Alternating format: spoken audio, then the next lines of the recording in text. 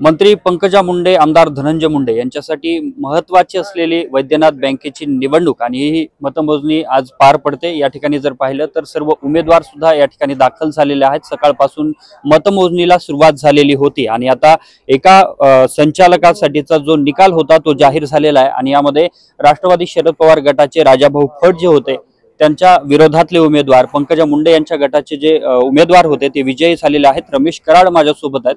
काय सांगाल, कशा पद्धतीचा हा तुमचा विजय झालेला आहे आणि किती मताने तुम्ही विजयी झाला? हा विजय हा नक्कीच होणार होता। ही निवडणूक सुद्धा बिनविरोध व्हायला पाहिजे ती, आपण आता ठीक आहे निवडणूक झाली। आमचा 14,000 मताच्या पुढे आमचा विजय झालेला आहे। काय विश्वास व्यक्त करताय? आता तुम्ही विजयी झालात, एकतर्फी हा सगळा निकाल लागेल अशा प्रकारचं सुद्धा सध्या चिन्ह पाहायला मिळतं। पुढचे उमेदवार आमचे 15,000च्या पुढे सगळे विजय होतील आणि दणदणीत विजय होईल पुढच्या उमेदवार 12 उमेदवारांचा आमच्या।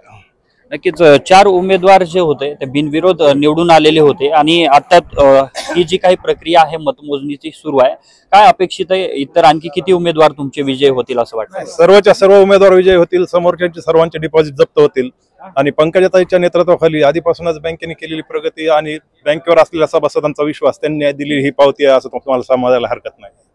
नक्कीच हे सगळे या ठिकाणी उमेदवार जे आहेत ते सकाळपासून पोहोचलेले होते आणि मतमोजणी सुरू होती आणि जो महत्त्वाचा निकाल होता तो एक निकाल जरी समोर आलेला असला तरी मात्र उर्वरित निकाल जो आहे तो संपूर्ण निकाल यायला आणखी वेळ आहे।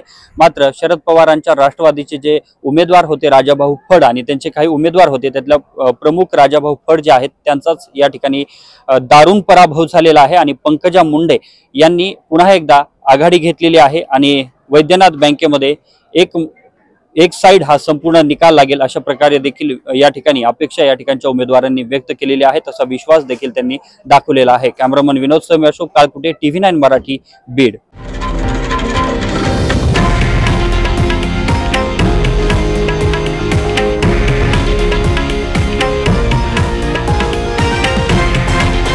हे आहे देशातील नंबर 1 न्यूज नेटवर्क आणि आपण पाहत आहात TV9 मराठी, एकमेव।